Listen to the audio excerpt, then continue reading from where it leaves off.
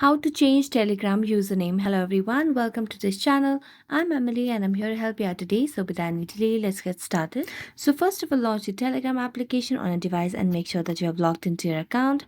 Then you can see the hamburger icon at the top left corner of the screen. So just tap on that and then tap on settings.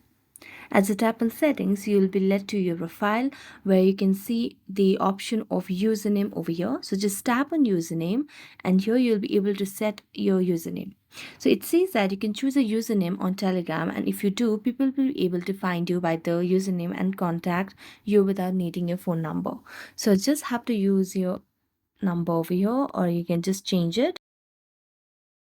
So let's change it like this one, and it will give you this instruction if this username is available or not.